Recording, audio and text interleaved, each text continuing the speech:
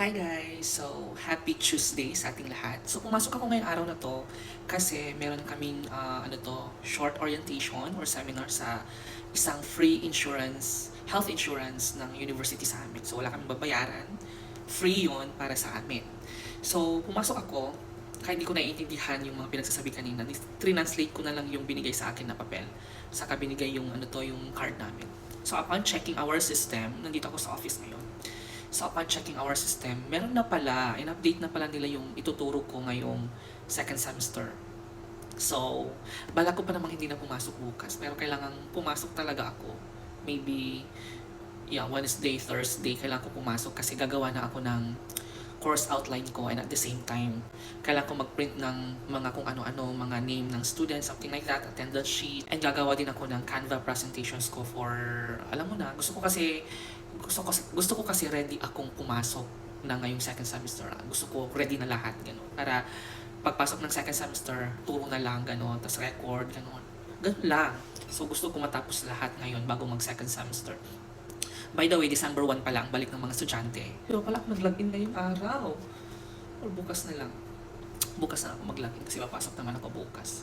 And at the same time, yung mga ituturo ko pala ay bale, isang preparation lang ako. Isang subject lang yun, pero tatlong klase.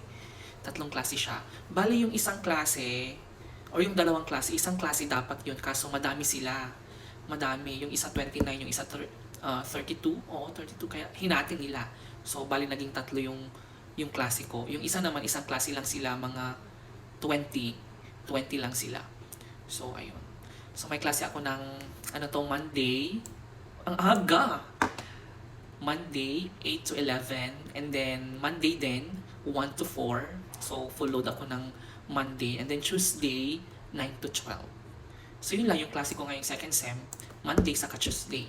Monday maghapon and then Tuesday ng umaga. And the rest of the week, wala na akong klase. O, diba? Bongga. So, carry lang. Last semester naman ang klase ko is Thursday lang ng hapon. And the rest ng araw ng isang linggo wala na. Ang gaan. Ano ba yan? Gusto ko pa sana dagdagan nila. Dagdagan nyo pa? Charot lang. Okay na ako dyan kasi marami akong pinagkakaabalahan sa buhay. So yun lang, share ko lang naman guys. And pauwi na ako. Hindi ko alam kung dadaan pa ako sa office para mag-log in. Pero parang bukas na lang. Yun lang guys, share ko lang. Kahit di nyo tinatanong. Bye!